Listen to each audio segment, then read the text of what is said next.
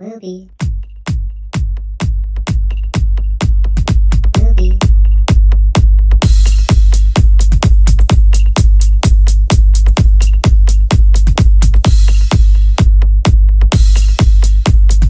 Wilby.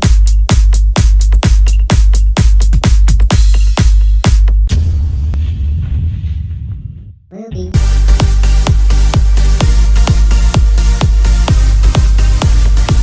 Welcome back to the Wilby Podcast. It has been a while. I'm joined today by guest Ian Hippenbeck. Just a great day when we're making a Wilby Podcast, Doesn't happen Always much is. these days, But Nope. you're probably wondering, well, where has the Wilby Podcast been?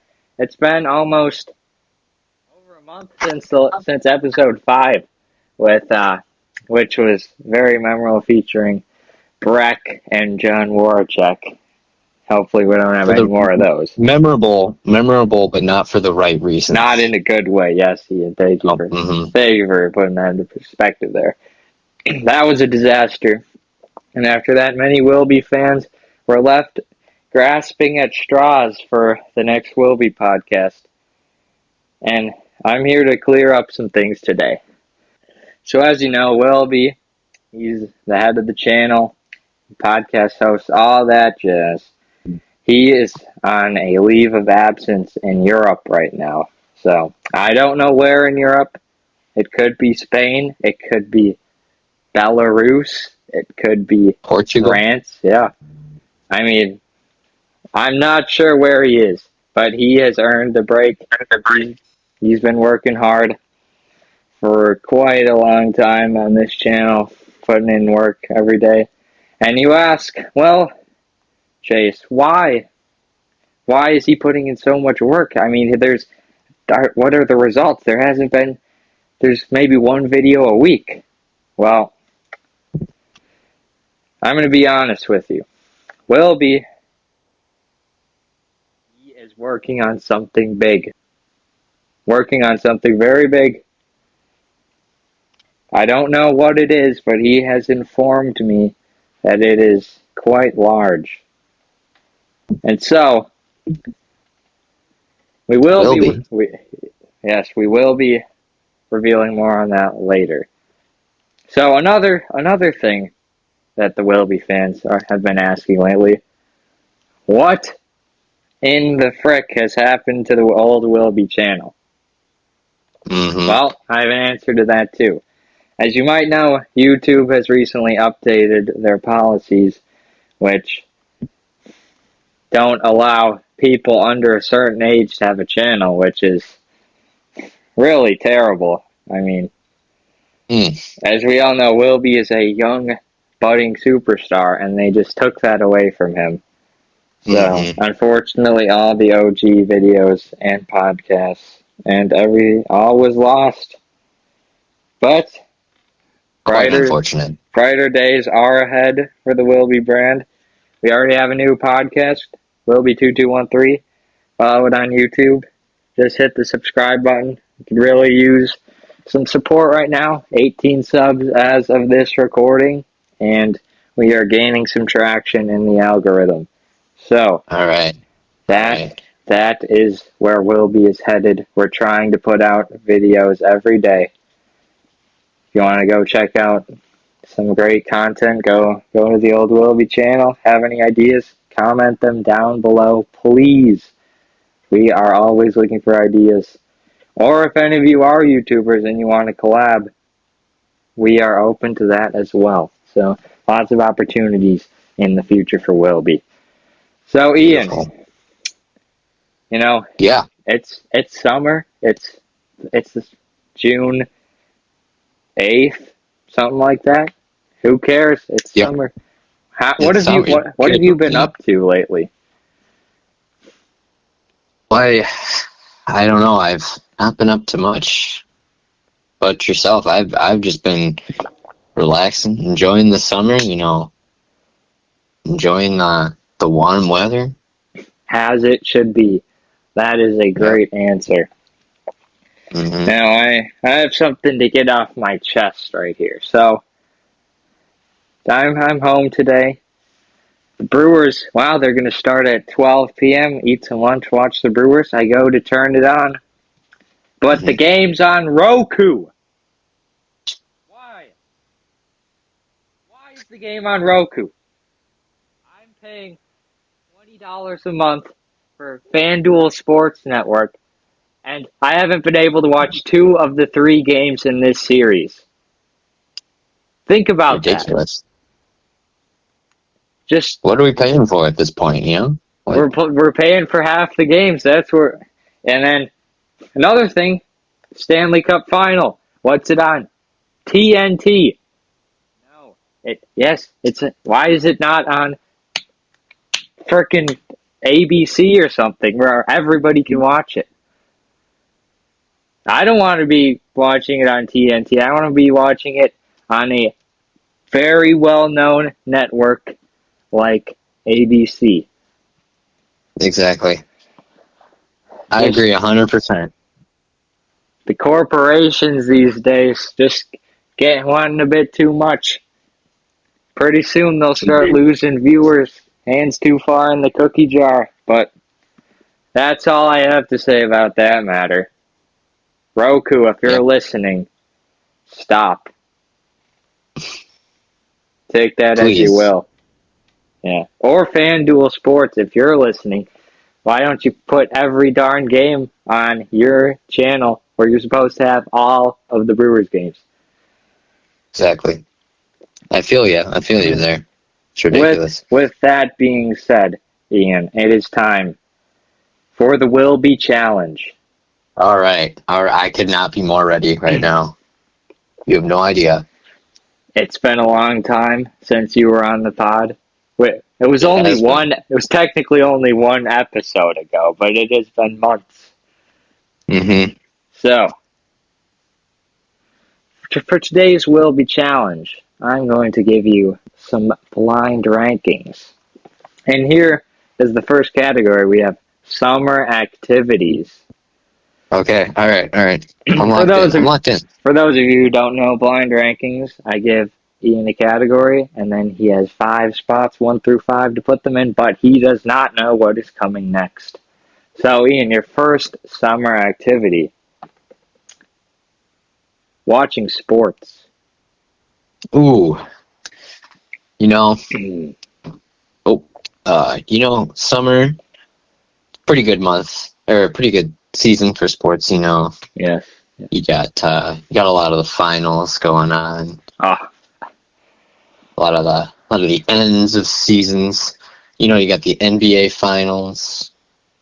Usually you get the Stanley Cup. More on those later. We'll take a deep dive into those series as we move farther along in this podcast. Oh yeah.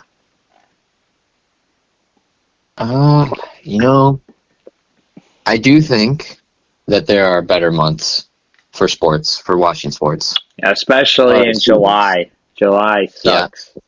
Unless the Olympics happen to be on, which they will not be this year. Mm-hmm. Exactly. That's precisely why I'm going to have to put watching sports for the summer season. We're going to have to put that number 3. It's like very, very in the middle. I like that spot. Some brilliant points, but a lot of it, it's just kind of dead space. There's not much to watch. Yeah. After about June, it really starts to fall off. If I had said the spring, it would probably have been your 1. But it was March Madness, playoffs, NBA, NHL. Playoff basketball, yep. Mm-hmm. We're putting the cart before the horse, though, here. So anyway, your next thing to blind rank, cookouts or barbecues, whichever you prefer. Cookouts or barbecues. All right. That's a classic summer activity. You can't go wrong with a good cookout. Mm-hmm. Although, I will say it does depend on the people that you're having your cookout with. You have to have a good cast of people if you want your cookout to be living up to its maximum potential. For sure. So, for that reason, can't be number 1 because there's a hindrance to it. You see, I'm gonna have to go ahead and put it number 2. I am loving that spot for you right there, Ian. cookouts. Can't beat it in the summer, especially if it's nice out. Mm-hmm. All right, you got the friends and the fam around you. Yep. Can't beat it. All right, number 3. Spending time at the lake Mm-hmm. or river if you're so inclined. I see. All right.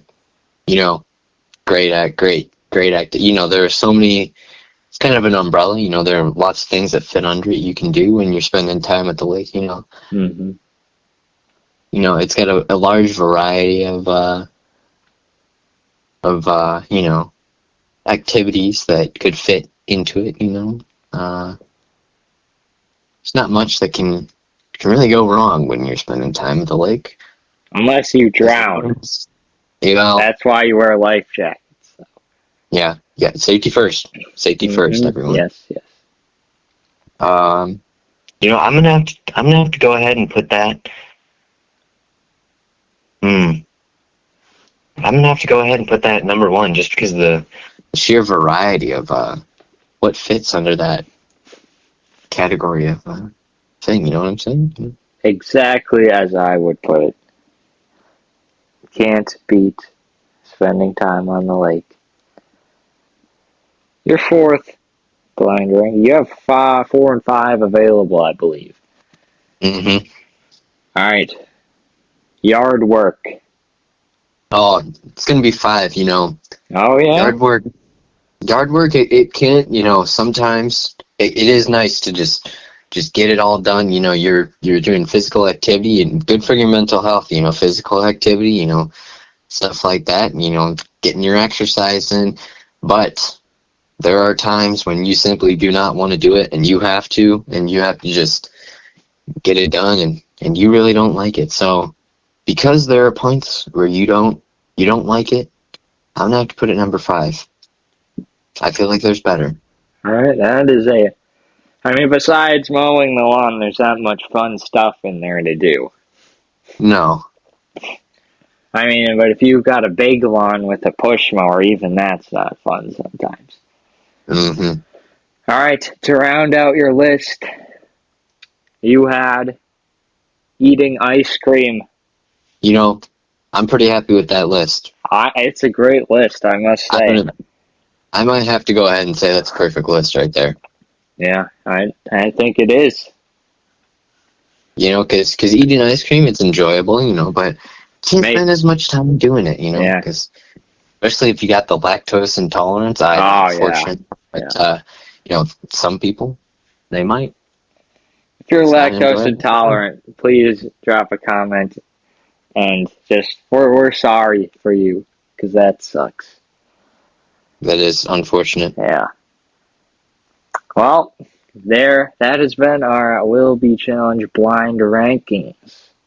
All right, Wilbsters, now we're going to play a new game. I don't believe it's been on the podcast before, called Hot or Cold.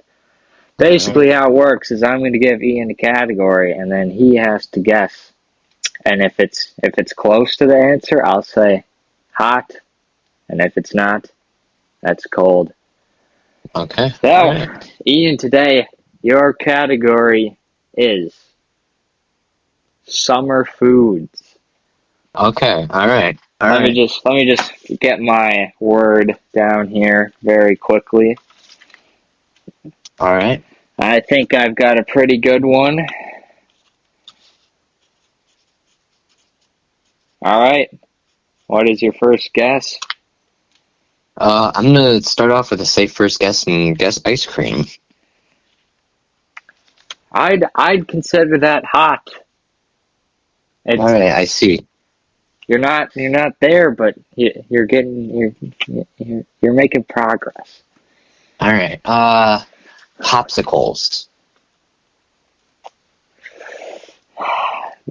I'll give it a lukewarm. Not much progress there. All right. Yeah, a Culver's concrete mixer, a Midwest classic. Have to give that a cold. I see. All right. See, ice cream was the one so far, Let's think about it here. I'm blanking here. I'm gonna have to say,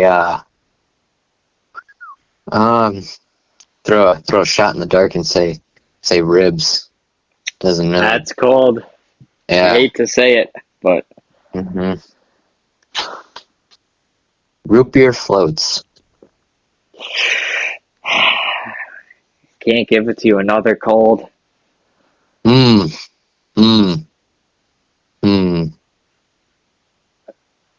is stumping me here. I'm stumped. I think This is a hard one. You're thinking of too processed foods. Maybe think of some more natural ones. Okay. All right. Like some fresh fruits. Hot. That is very hot. That is scorching. Scorching. How specific are we going here with the? This is food? It's a specific type of this category. I see. Okay. Strawberries. Luke. Yeah, I'll give it a hot.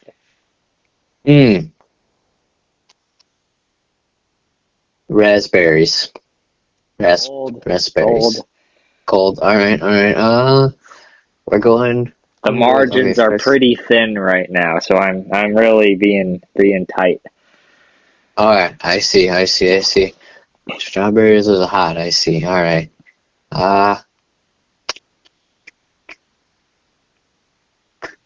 Trying to think of.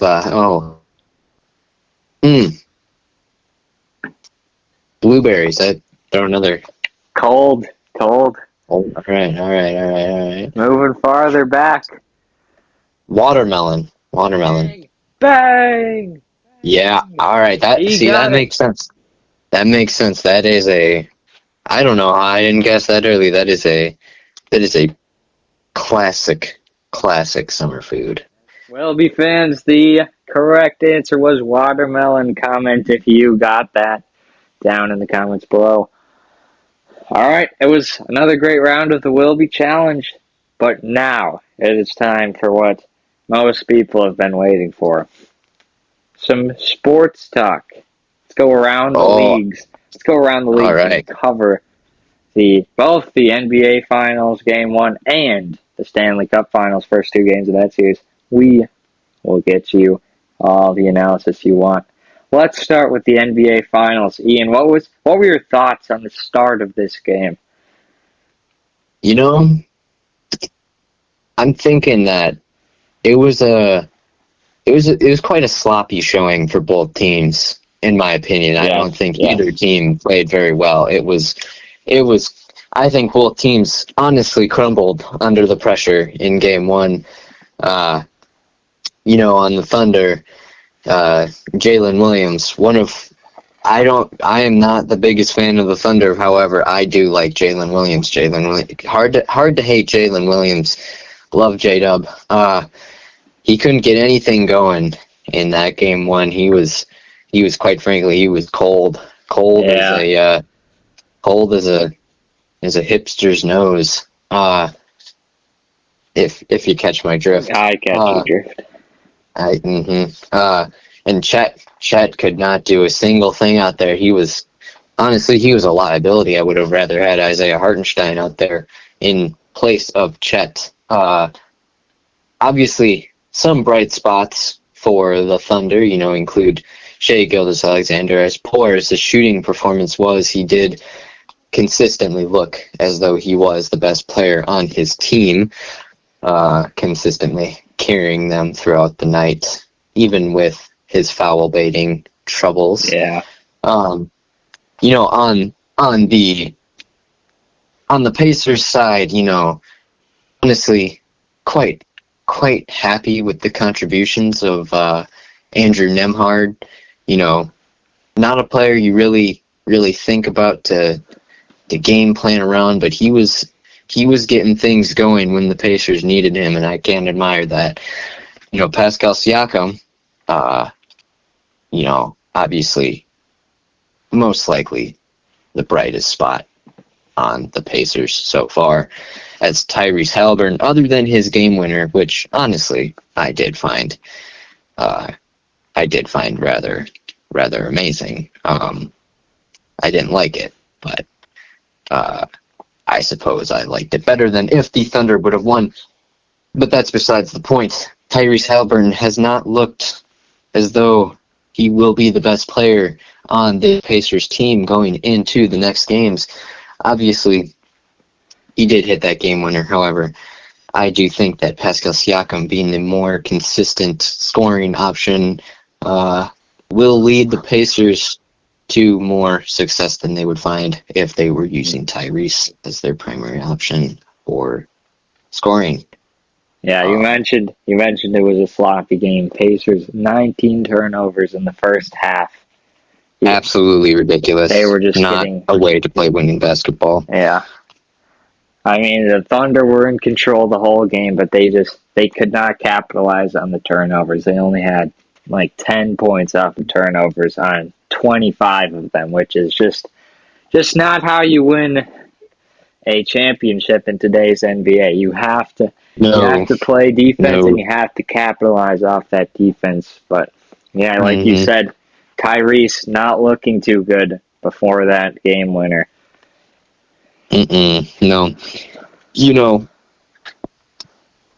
Honestly, the brightest spots on this Pacers team throughout these playoffs, I would have to say, is that front court, that Miles Turner and Pascal Siakam front court, honestly can be very dangerous at times. And I think that is where OKC should focus their attention if they are going to win this championship. Obviously, their perimeter defenders are very good. They probably have the best perimeter defenders in the league. However, that isn't much help when Pascal Siakam and Miles Turner are your main threats that you have to worry about. Obviously, you have to worry about Tyrese Halliburton. However, he's not looking like he will be a problem. However, if they do focus their attention on Miles Turner and Pascal Siakam, that might free up guys like Andrew Nembhard or possibly Tyrese Halliburton to have a bigger game, which OKC will need to worry about. Obviously, nobody had a particularly good game either, and I would say Pascal Siakam's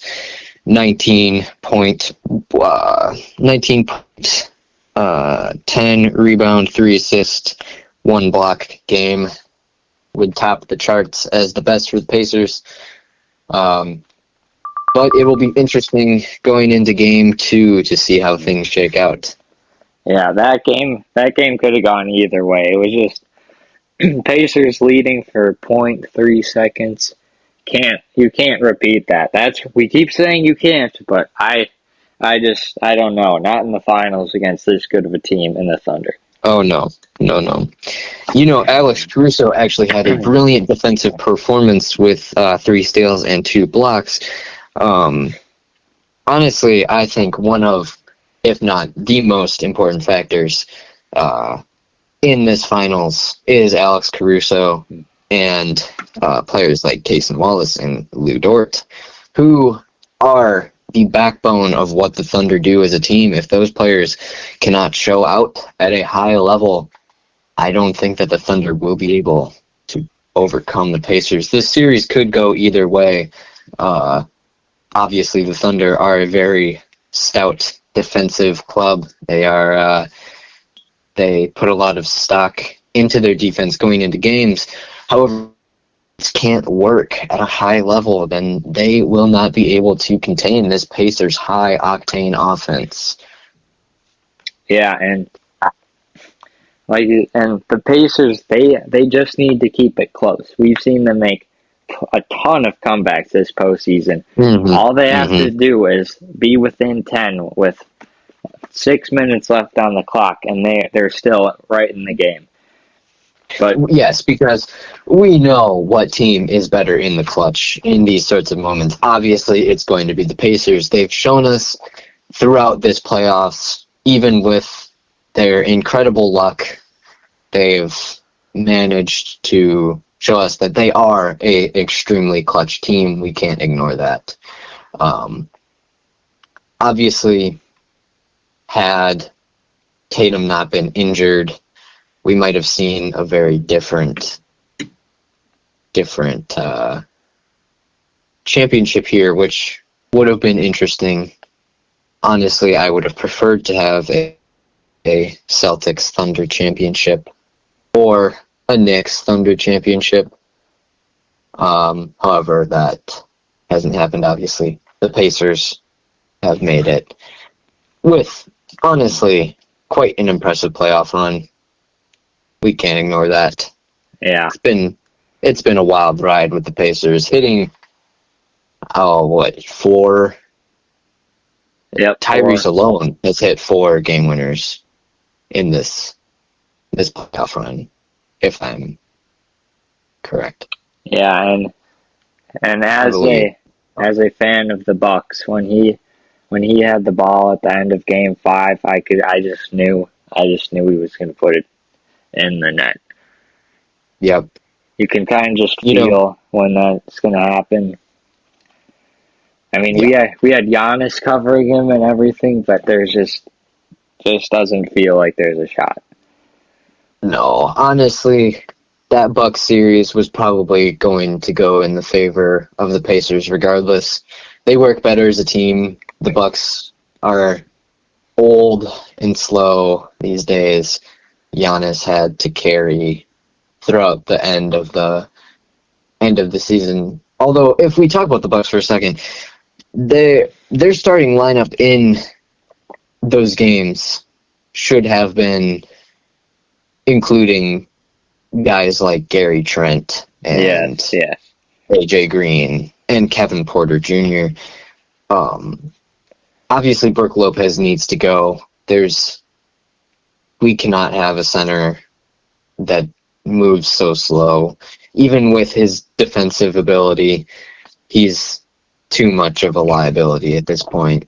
He's hardly available, and even when he does play, he is not mobile enough to compete with these young guys. These young centers that are big and long will do everything against him, which essentially frees the other team to double team Giannis and shut down any hope for the Bucks coming back. A bright spot for the Bucks, though, I will say, is the play of Kevin Porter Jr. I am excited to see what the future holds for him. Very talented player. Very talented player. I believe he could be a star for the Bucks in the coming years. Perhaps if Giannis stays, which is looking unlikely at this point, Kevin Porter Jr. will be able to develop some sort of chemistry with him, and who knows, maybe they could become competitive again. However, it looks like the Bucks are taking a downward spiral here. Yeah, as they're falling out of contention. I mean, what happened this year was, a big indicator of what the Bucks' ceiling could be, and it looks like their ceiling is a first round to second round exit type of situation, which is sad. But the Bucks are just in such a tough situation right now with the old roster and some of the younger guys. They're just very expensive roster too. And losing Dame, we owe him like $40 million, and he's not going to be playing anytime soon, which is just not good. So we can't get any assets for him. In retrospect, that trade for Damian Lillard was possibly one of the worst moves the Bucks could have made in recent memory. Yeah. I was a fan of it for the first 5 minutes until I realized Drew Holiday would be gone. Drew Holiday is the epitome of what Bucks basketball is. hard defensive play, team player, great spirit, just a great person in general, someone nobody could hate. Played hard, always was very available, hardly ever injured, very consistent. Even when he was reaching older age, as we've seen for the Celtics, he's been one of the most impactful players on that roster other than the stars. I would say it would have to go between him, Derek White, and Kristaps Porzingis. His defensive ability and his ability to just lock down any player realistically is interesting. And I think that that defensive kind of a Swiss Army knife approach, do it all. He can do anything. He can shoot. He can pass. He can, he can drive to the lane. He can defend. He's just kind of a tool that you can always have in your back pocket. Easily able to drop 25 to 30 on any given night, and always able to make room for other guys when they are scoring more. Just a very versatile player, and I think they lost that when they traded for Dame. Dame is a great shooter, great scorer, great playmaker.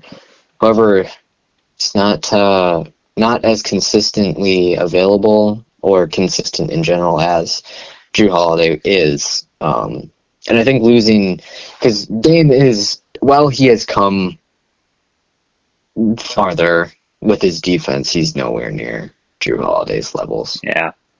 And when the Bucks made that trade, it just felt like the whole Bucks way of playing basketball, it just changed instantly. We were the best defense in the league. We had Giannis, Brook Lopez, and Jrue Holiday, three elite defenders. And we had a bunch of guys beside that too, but those guys were DPOY candidates. All three of them could have won DPOY stages in their career. I mean, obviously, Giannis did. Lopez? I don't remember, but I don't know. I feel like he might have. Easily in the running. Maybe I'm wrong. Easily in the running. Definitely in the running that one year when Jaren Jackson won over him. Yeah.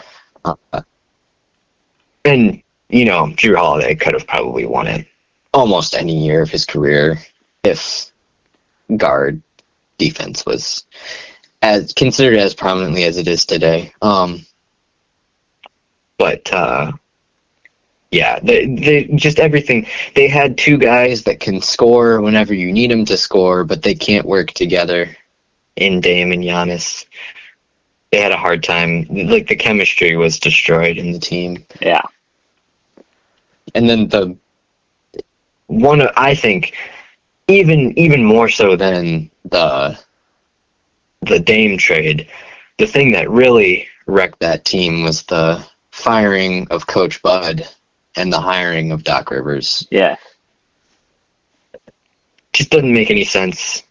Coach Bud obviously won Coach of the Year and brought the Bucks to the finals only 2 years before. To fire him so soon, and Giannis was injured during the 2 playoff runs, so there's nothing he can do about that. He did everything he could. Coach Bud was also going through issues of his own and still came to play. I believe it was I don't remember if it was his brother or a different family member. There was someone that was related to him that he was close with that had just either been in an accident or had died as a result of a car accident, which you're not going to be playing or coach. Yeah. You're not going to be there mentally 100%. And the Bucks had great regular seasons too. They were the 1 seed. Oh yeah. And just because Giannis got hurt and they lost to the Heat, it doesn't mean that you need to fire the coach. I mean, just think. Just think what would have happened if we had just kept Bud and kept Jrue Holiday. We could have moved Brook Lopez when he still had value, and gotten some Mhm. picks back could've- to prepare for being such an old team and needing to retool around Giannis. Exactly. We could have cashed out on Middleton and Lopez while their stock was high, and got intriguing young prospects, or even some picks that were important, because these coming drafts, looking like the next two drafts, are going to be stacked with potential stars. This next draft is particularly intriguing. You got your Flag and you got your Ace Bailey, but multiple other players that are coming in that have all-star, all-NBA potential in this next draft, in my opinion. It'll probably, I think, other than that, is it the 23 draft with Wembanyama? Yeah. 23 to 24 was yeah. So other than that draft, I think that this draft will be the best one in recent memory. Obviously, that 23-24 draft is looking to be one of the better drafts in possibly NBA history. You got Wembanyama, you got both the Thompson twins. Yep. Both extraordinary players, both looking like they could be future superstars in the making. You had Cason Wallace, who's obviously now on the Thunder doing wonders in the finals in the regular season with his defense. Yeah, and to make the Bucks situation even worse, the Dame trade cost us our picks, so we don't have those. So that pretty much rules out tanking as a possibility. Mm-hmm. So because we don't have anything to tank for yet. I think the only way out is we could either try to make a trade with the Pelicans to get our picks back, or we have to trade Giannis to get some draft value or young stars. I would say the most intriguing trade rumor that I've seen is the Bucks sending Giannis to the Rockets in exchange for players like either Jalen Green or Amen Thompson, possibly Şengün, and in addition to one of those three, or possibly no, in addition to one or two of those three, Jabari Smith and some picks, which I think would be, if the Bucks were to trade Giannis. Obviously, nobody wants to see that happen. It's looking like it might have to happen at this point.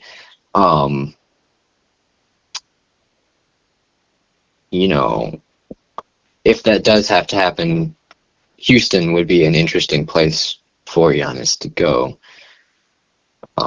Obviously, if we had Şengün, that solves our center problem.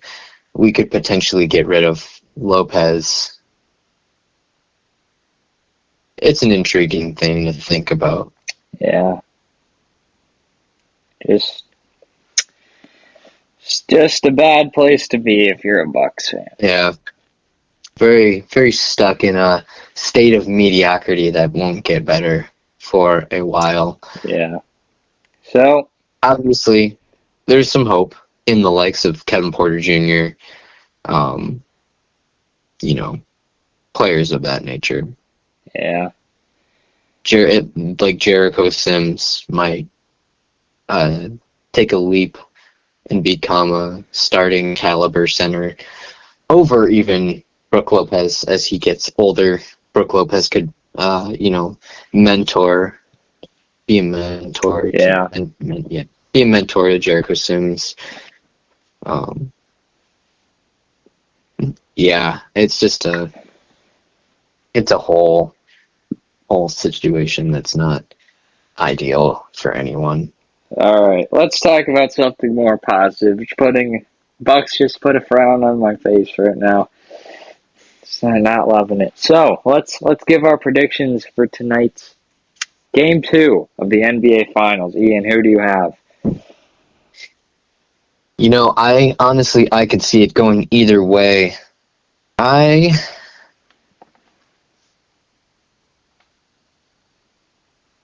think that the Thunder are going to be motivated tonight, and I think that they're going to take Game 2. I think that the Pacers will keep it close.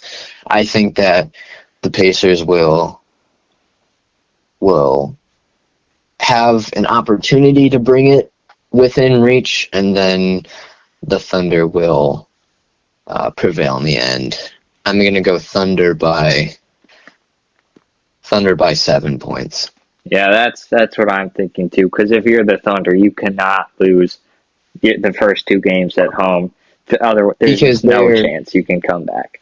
No, they're going to have to win one of those games in Indianapolis to have a chance, and those are going to be very tough games to win. Yeah. Indianapolis is famously a very tough place to play. And for the first finals appearance in 25 years or however long it's been for the Pacers, it's going to be rocking. Those fans are going to be into it. They are going to be, yeah. They're going to be on their feet all night. And you saw it. It's going to be tough.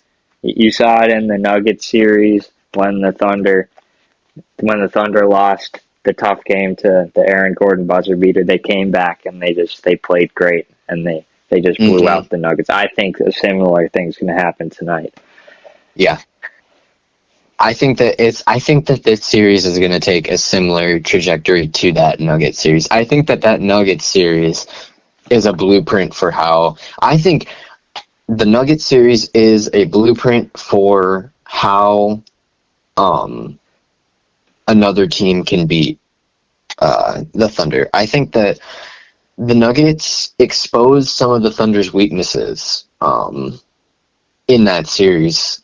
And if the Pacers are smart, I think that they'll see that and understand a way to beat this team. Obviously, there are very few holes in the Thunder's game as a team. Just one of the better constructed teams in the finals we've seen for a long time. Yeah. You know, I don't know if I don't know if they're, I don't know.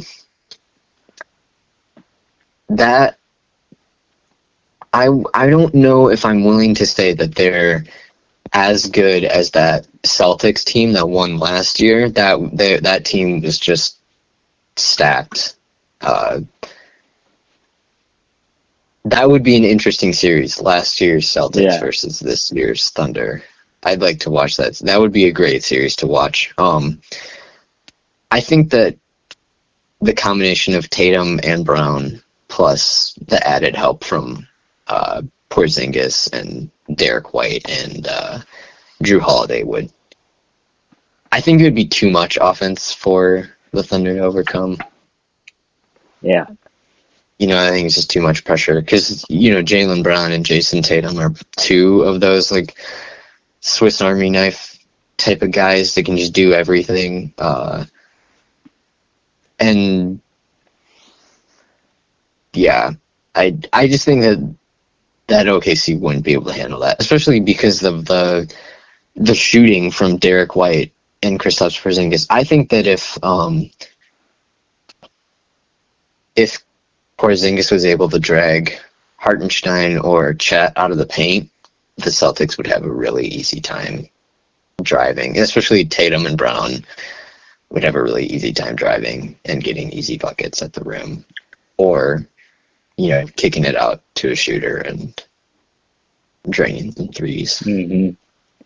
Most likely Derek White. I think Derek White is the X factor in that series. I think other than, because let's think, what would the matchups be like? Who would Shea be guarding? And who would be guarding Shea? I think Drew Holiday would be guarding Shea. Yeah, that checks out. Other than that, I think the matchups are pretty standard. But with the Celtics, it gets interesting because the Thunder have so many defensive assets that they could use. Lou Dort is probably guarding Jaylen Brown. I don't know. That's another interesting thing to think about. Yeah. Well, got our picks in. Yeah, Ian, go ahead. Yeah. Oop. Yeah, that's... Yeah. Yeah. Anyways, I digress back to the original subject at hand. But, even though I picked OKC to win, Pacers could still surprise me. Obviously, I hope that the Pacers can win this series. I do not want the Thunder to win this year's playoffs. Just doesn't sound enjoyable to me. Yeah. Rooting for the underdog. OKC are still favored by over 10 points each game, which, I think that's a little bit much. I think that the Pacers are honestly kind of an underrated team. Yeah, they have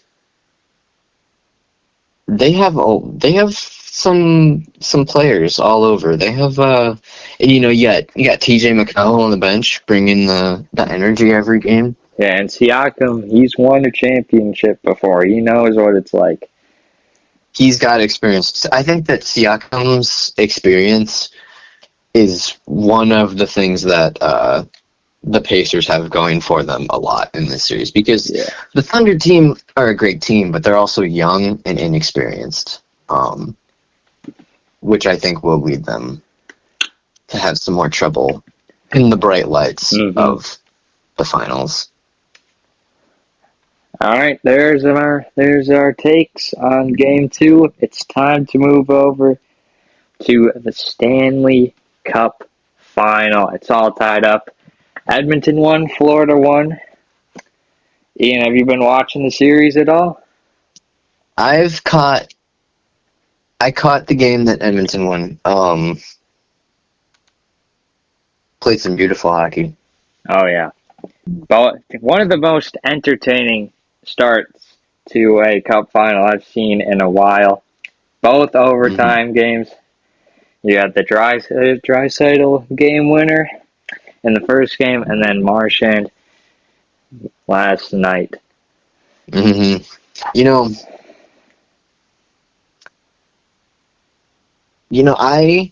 I think that Edmonton is coming into this with a chip on their shoulder already. It's a rematch of last year, which I thought the Oilers had last year. I thought that they were gonna, they had a very impressive showing last year, pushing that series to 7. Oh yeah, that was pretty amazing. I was a little upset that they couldn't get it done, but that's the way it goes. This year they're coming back with a vengeance, though. I think that they got it this year. Yeah, I think this year they're a much deeper team. They're a lot less reliant on McDavid and Draisaitl. They got Bouchard scoring a lot, playing some good defense, and the whole roster. Stuart Skinner has been insane. He benched for Pickard, and then he comes back and he's allowing less than 3 goals a game. He's been great. And that was the question with Edmonton was, can Skinner be a cup caliber goalie? And he has shown that he can so far. Yeah. Without a doubt. Bobrovsky's been great too. It's just been, everybody's playing good hockey. Both games could have gone either way. Very entertaining games. Just great hockey being played by both teams. Some people were saying that it was going to be one of the like one of the most boring finals to watch in years, and it's so boring because it's a rematch. I think that because it's a rematch, it actually makes things more interesting. Yeah. Because it's kind of like because these two teams I feel have been very standout over the last two seasons. I think they are. I feel. I mean, they've been the two most consistent teams in the league for the past few seasons, and it's shown by both of them making back-to-back Cup final appearances. And you've seen McDavid and Draisaitl. They want that cup badly. They have been going just crazy so far. But the Panthers have managed to keep up. Marsh had 2 goals in Game 2. Great from him, the veteran, trying to win a cup. But yeah, great hockey. Yeah. I think that the desire from the Oilers is just going to be too much for the Panthers this year. I don't, Edmonton wanted it last year. They wanted it bad last. You could tell they wanted it bad.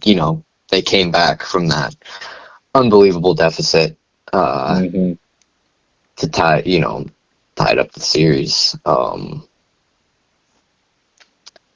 Ultimately weren't able to get it done, but I think that they're not going to let the same thing happen this year. Yeah, I mean they're going to Florida, tough place to play, but if anybody can take a game or two there, it's going to be the Oilers. Without doubt. That top line is one of the best I've seen in just so long. So good, so good from the top line. It seems like they can score as soon as they cross the blue line. Yeah, okay, so Game 3 is tomorrow night, I believe. What are you in Sunrise? What are your predictions? I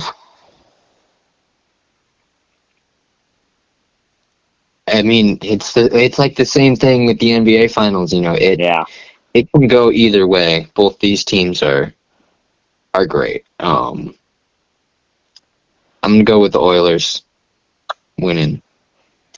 I don't know by how much. It could be. It might come down to another overtime. I think every game in the series could go to overtime because I think it's surely going 7. These two teams are so good at every level. I think that the series. I think that Edmonton is going to win the next game, and then the Panthers are going to come back and be spurred to win.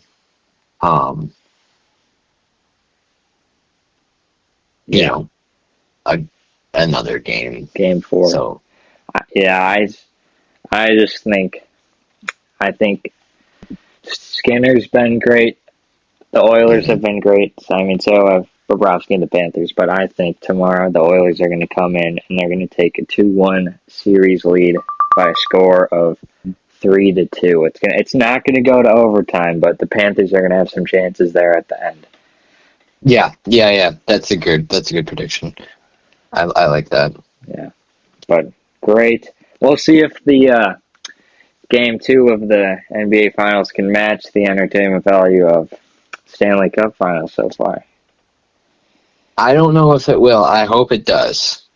That would be great.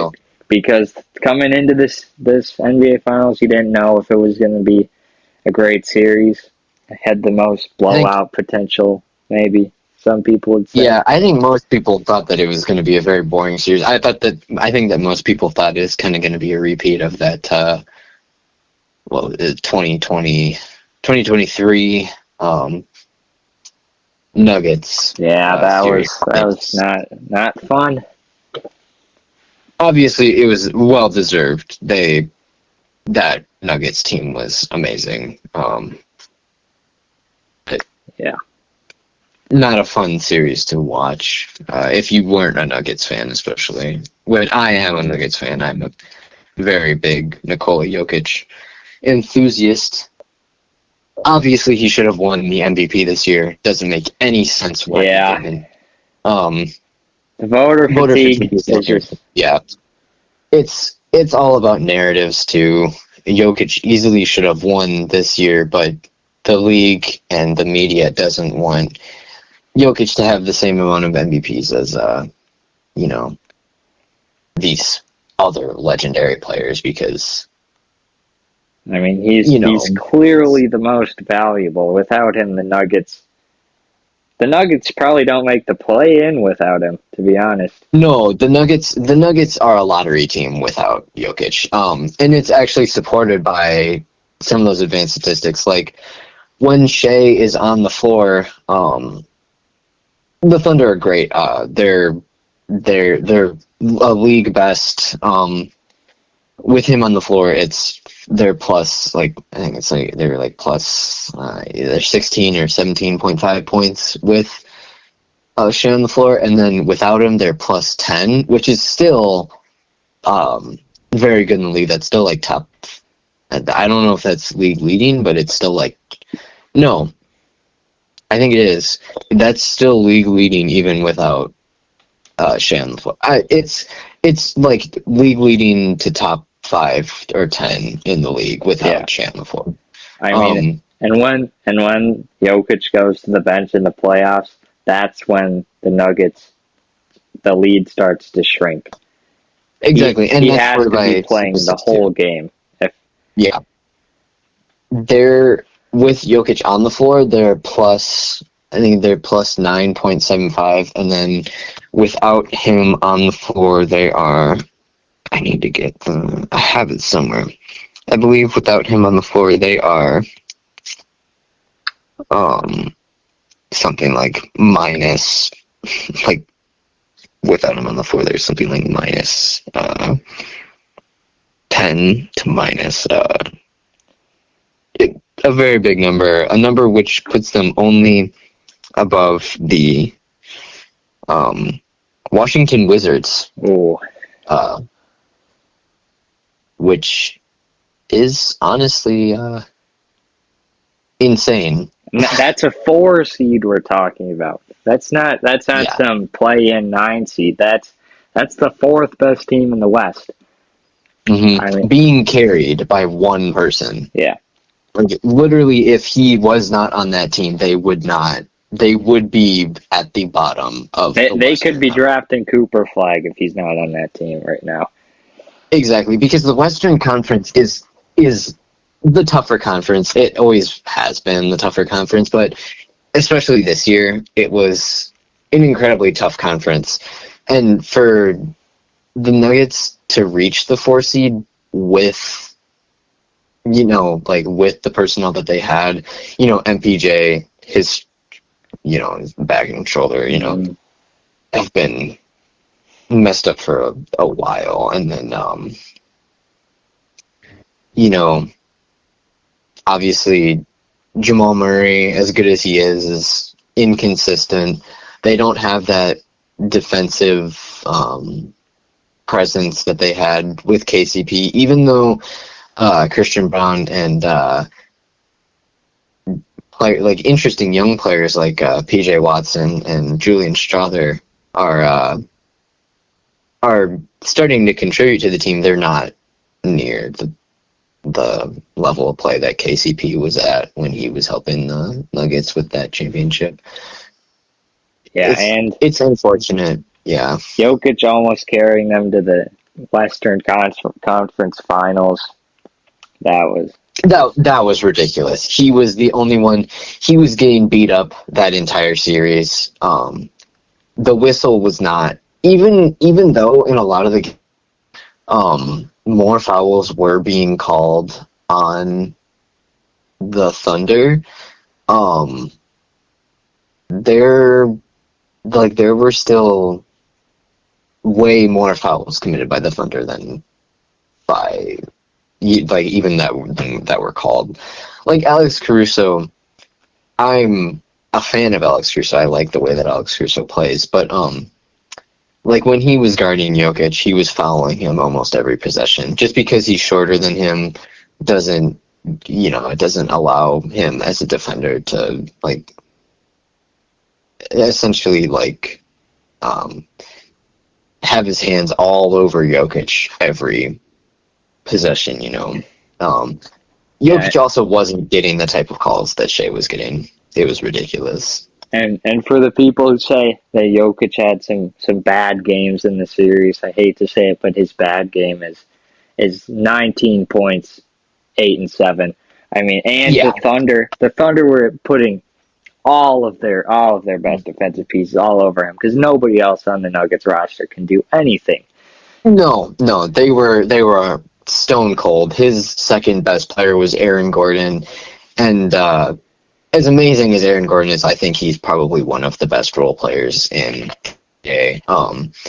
As amazing as Aaron Gordon is not the type of offensive talent that you need to as your second option to win games. Yeah. Jamal Murray went cold after that Los Angeles series. MPJ hasn't been a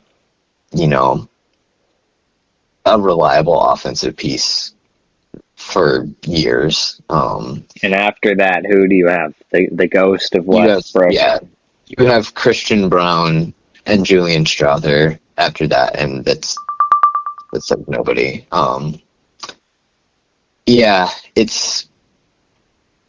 It's too bad because I think that Game 7 they had a fighting chance for if Aaron Gordon was completely healthy. You had Nikola Jokic fighting through two of the best defensive players in the league every possession. You had Aaron Gordon playing with a grade 2 hamstring sprain.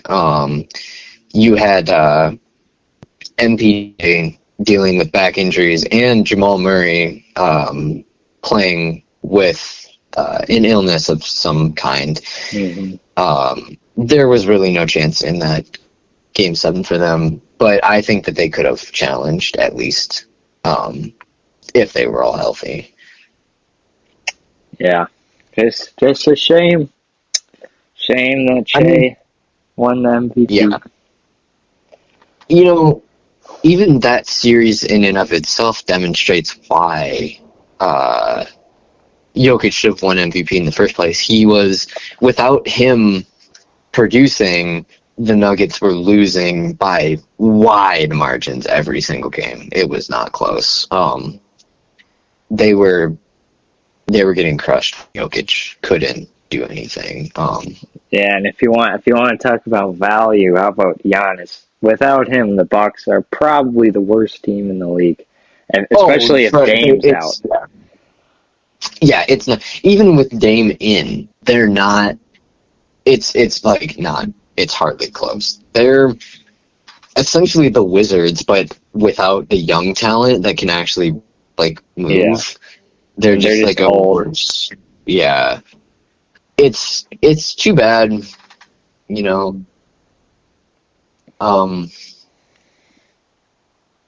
all of that, Obviously, Jokic will be the people's MVP. Mm-hmm. Nobody's gonna remember this year because even in 5 years, we're gonna look back on it and we're gonna be like, this makes no sense. Yeah. Yeah. It'll be like the same thing when Joel Embiid won MVP over Jokic. We were all like, what? Yeah, I don't know. That's a lot of NBA talk for you Wilby fans out there. Hope you're liking it. If you want to see more of this, then just comment and we'll do whatever you want in the podcast. Just leave some comments commenting about what you want to see coming up on the Wilby Podcast. I'm sure that our host here would love to hear it. I would. Without Wilby, it's hard to think of ideas sometimes. I can't wait until he's back from Europe. The mastermind. I don't know what he's planning over there, but I think I'm sure he's going to be pretty cool. I'm sure he's doing something to further the brand too. Yeah, you gotta bring awareness to the masses. Yeah, maybe he's preaching his channel in Europe or something. Who knows?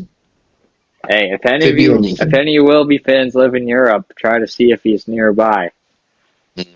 Because I'm not sure. Like I said, we're not sure what country he's in, but he's there somewhere.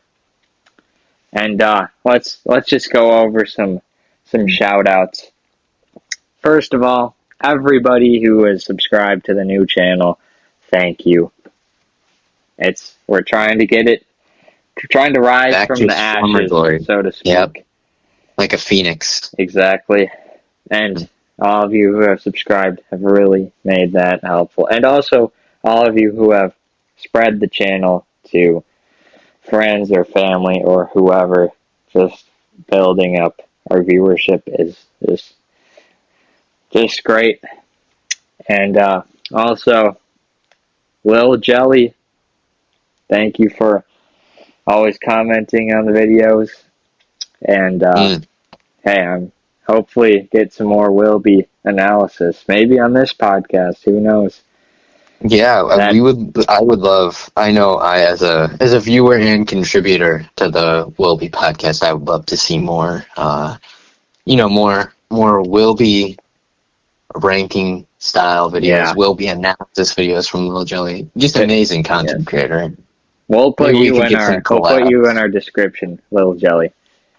We'll link Get some your channel. collabs with PJC. We could PJC. restore. Yeah. PJC, if you're listening, my phone is open. Call me up. We'll collab sometime. And also, to everybody who comments on the videos and tries to get some ideas to make the channel better. We are always looking for new ideas. And we'll make whatever you want to see.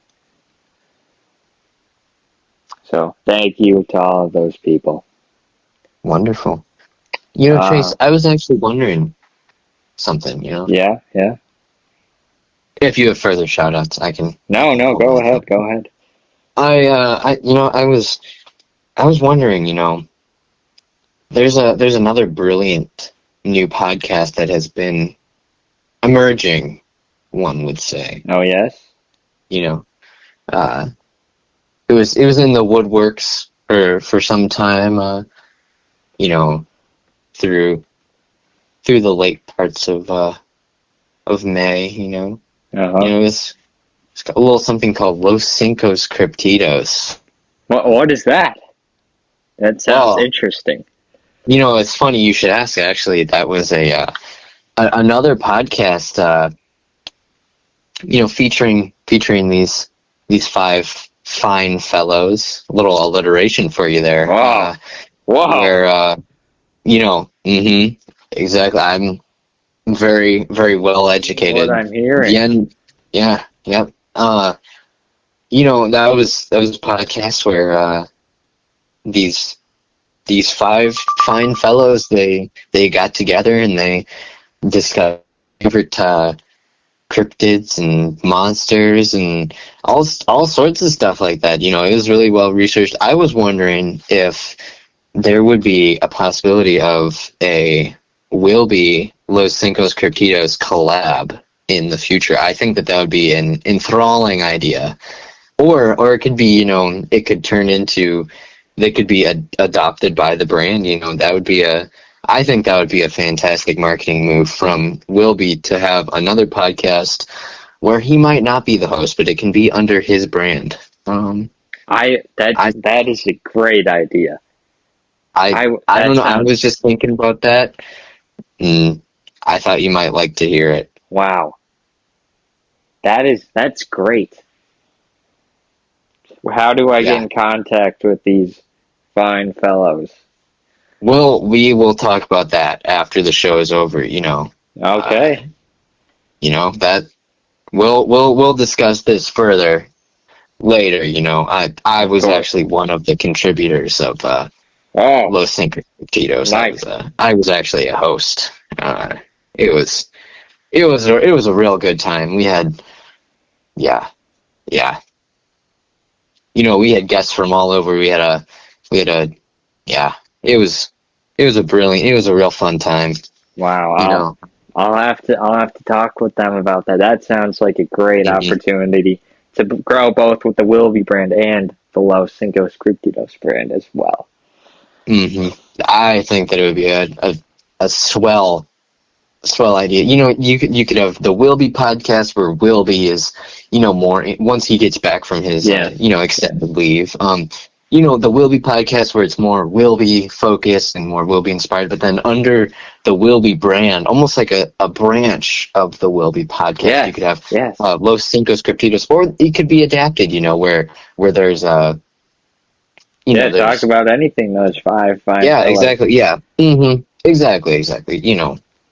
Something along those. I like those what lines. I'm hearing. Yeah, and Wilby could be a guest on that podcast. Oh yes. And That's there a could good be idea. separate hosts, but Wilby is a guest. We'll was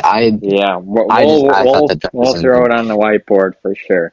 Thank you for that suggestion. Comment down below if you'd like to see that. I bet most of these Wilby fans would.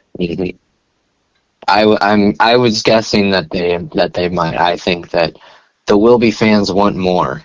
Yes. Of these incredible podcasts, because these are really quite a joy, not only just to be on, but to listen to. I've whenever there'd be a new Wilby podcast, I'd get excited. I'd go right home from wherever I was, or even if I was just at home, I'd pop in my old headphones, or I'd listen to that John straight through. So entertaining, so amazing. Exactly. Love everything about it. You can listen to it. Okay, I'll list some things off where you can listen to it. You can listen to it while you're doing chores, folding laundry, listen to Wilby. While you're working out, bang, new PR.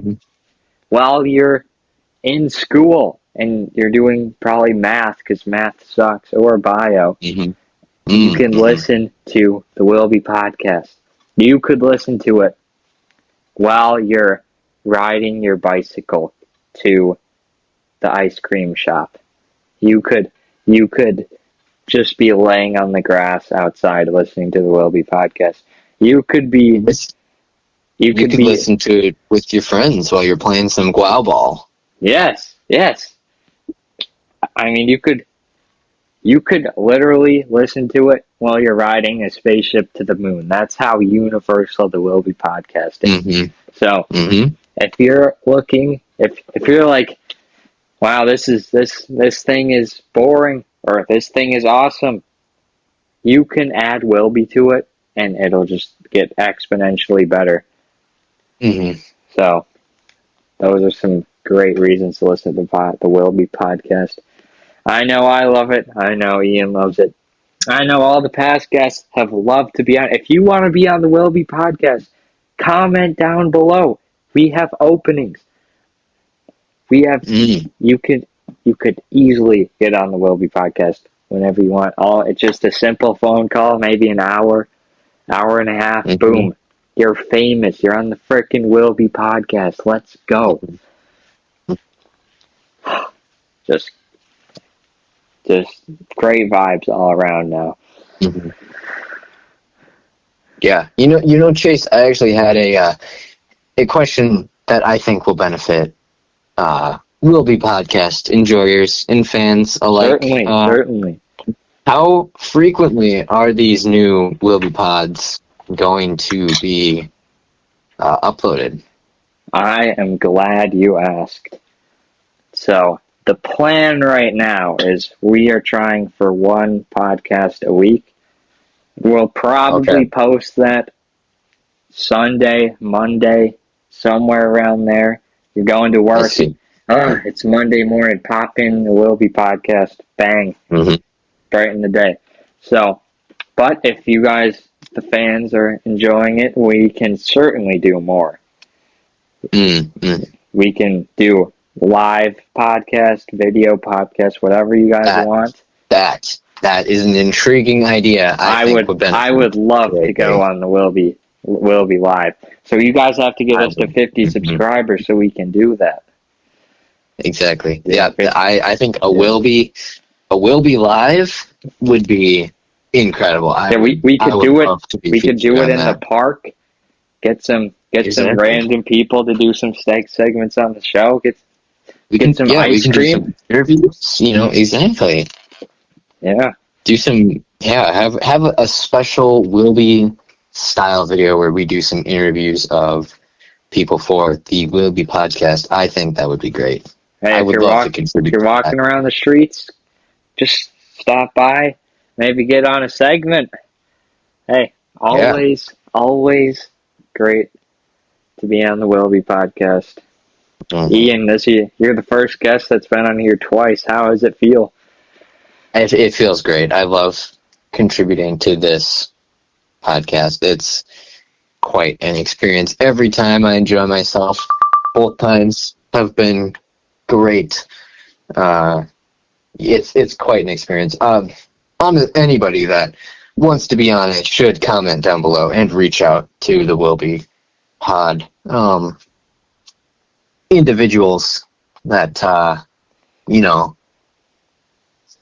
can feature them on an episode. I think it's a great experience. Anyone that hasn't been on should be on it. You could come on here. I could come on again with someone if they're unwilling to do it alone. I would love to be a frequent contributor to the Wilby podcast. I think that would be a splendid if you want to be on, fans, or you want to be on with the previous guest, you're like, oh man, I really liked Breck. I don't know why you would say that, because he was probably the worst guest in Wilby history, but he could go on with you, and you guys could have fun on the Wilby podcast together. You're like, wow, I really like George Duffy, which is great because he's the best guest in Wilby history. George, we'll get George back on the show. Mm-hmm. We have so much flexibility right now in the Wilby Entertainment Company, because there's just a lot of time. And with Wilby in Europe right now, it just really frees us up, and we can get more consistent uploads, because sometimes with Wilby being busy, that wasn't happening. Mm-hmm. So yeah, everything's trending in the right direction for Wilby. Especially over the summer too, there's not a lot of things to be busy with. Exactly. You can always run a quick pod. Yeah.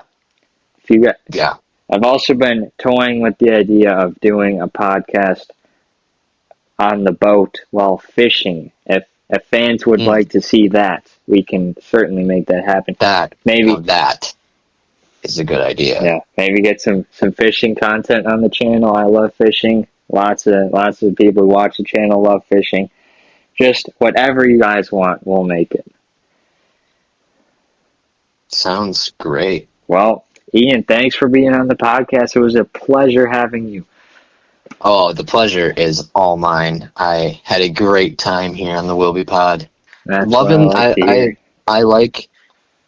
the it's my first time being a solo guest.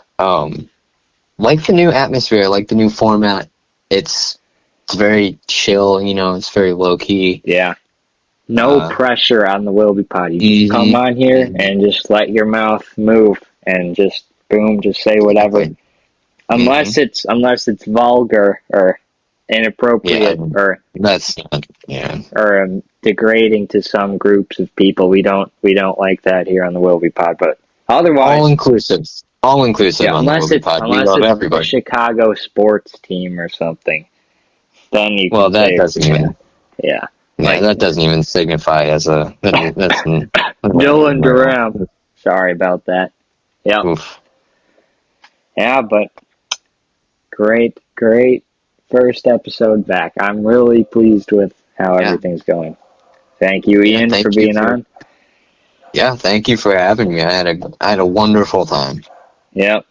Well, guess that wraps up episode 1 of the new and improved Wilby podcast. We'll see you guys next time. Wilby.